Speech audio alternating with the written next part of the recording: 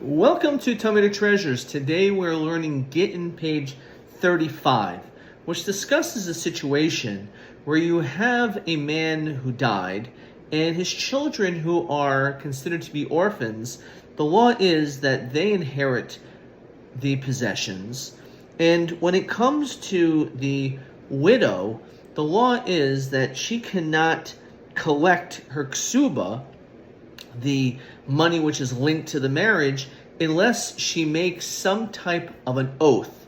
She has to swear in court to ensure that she never took any of this money, and therefore she has full rights to be able to take what she is entitled to. And on this, the Talmud wonders, because in fact, this is a requirement when it comes to all situations.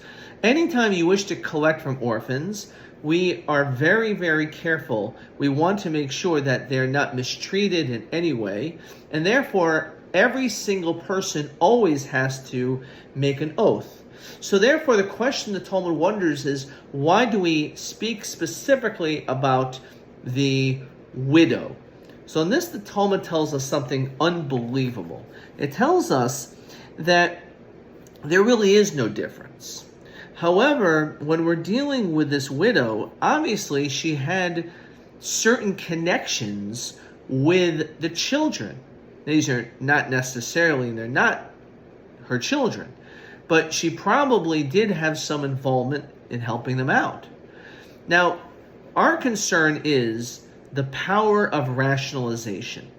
She may very well say, you know what, I know I did collect a lot for my ksuba, but the truth is, I did a lot of great things. I helped them out in many different ways. And therefore, because of that, I'm really entitled to that money.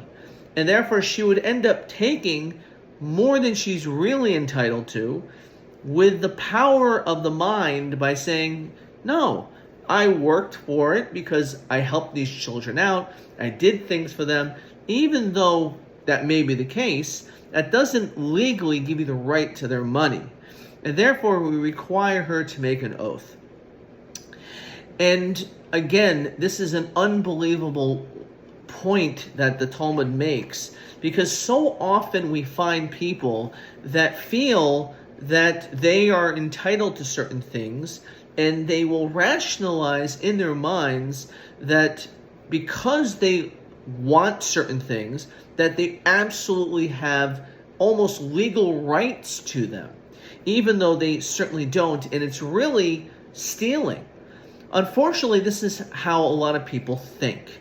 A lot of times we find, instead of me working really hard to want to accomplish something, instead I'm looking for handouts. And I can rationalize and say, well, you know, it's only fair. Because look at all these wealthy people who are CEOs, they run all these businesses and they're billionaires. Where's my money? And people will literally walk into stores together with many other people, which is going on to this day in many cities, and just steal, not with any regard. And if you would ask them, what are you doing? They're not going to say, oh, I'm a crook, I'm a criminal, I'm a horrible person. No, they actually rationalize and say, well, I'm entitled to take these things. Why? I don't know the answer, but that is the power of the mind.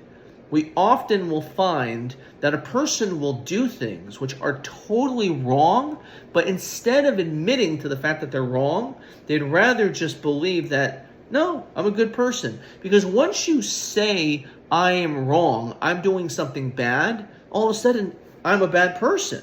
And that person really is wrong. But instead, we want to be able to rationalize. And on this, the Talmud is telling that this is not something which just happened in the year 2023. This is always going on. It's the power of the mind. And therefore, yes, you can take things, but only if you're entitled to it.